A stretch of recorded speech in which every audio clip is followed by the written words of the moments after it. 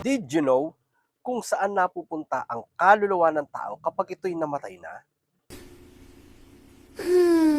Sa Old Testament o bago pa lang mamatay si Kristo, kapag ang tao ay namatay, ito ay pupunta Sheol. At sa New Testament, tinawag na siyang Hades. Pwede. Sa paraisong bahagi at isa naman ay sa kahirapang bahagi. Ano yung paraisong bahagi? Yun ay kung tawagin ay Abraham's bosom.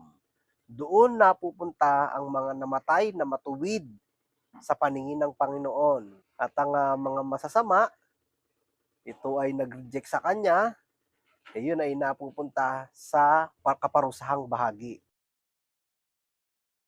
Tulad ni Moises, nila Abraham, na kumilala sa anino ng pagdating ng Panginoon, yun ay napupunta sa Abraham's bosom. Ngunit nang namatay ang Panginoon, siya'y bumaba sa Hades at nangaral sa mga espiritu ng mga patay at binihag niya ang mga espiritong nandoon at ang mga naniwala sa kanya ay kanya nang kinuha.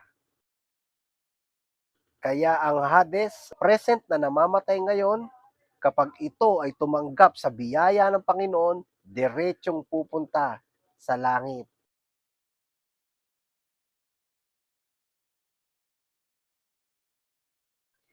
At yung mga hindi tumanggap ng biyaya, naku po, kasama noong mayaman sa istorya ni Lazaro. Nandoon, naghihirap sa Hades. Pero hindi pa yon, may patutunguhan pa yan. Ano naman ang Tartarus? Ang Tartarus naman ay ang temporary confinement ng mga nagrebelding anghel. Ito ay nasa bottomless pit. Ngayon, ano ang impyerno? Ay ang lugar ng walang hanggang kaparusahan, walang hanggang pagkawalay sa Diyos. At dito, itatapon ang mga masamang espiritu, mga demonyo, gayon din si Satanas dahil ito ay nakadisenyo sa kanila.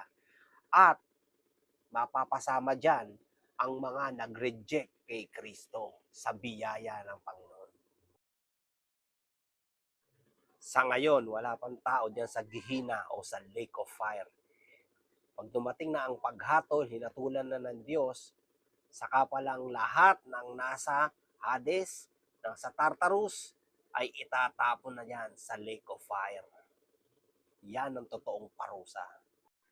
Kaya ang Diyos ay nag-o-offer sa atin ng kanyang pagmamahal. Una, dahil sa kanyang kamatayan, niligtas niya na tayo.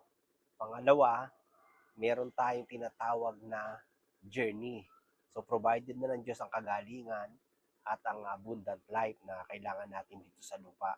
Sa Greek, ang tawag doon ay perissos. Ibig sabihin, ito ay greater than or abundant. Ibig sabihin, magagamit natin yon hanggat nandito pa tayo sa lupa. Kaya ang kaligtasan ay kumpleto, hindi partial. Ang kaligtasan, may kasamang magandang buhay yan. Kaya ano pang hinihintay mo?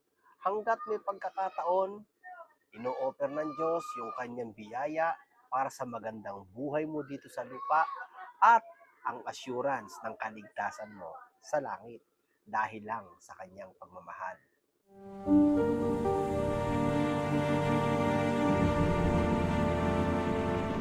Kay Kristo, tayo ay charito, karito, did you know?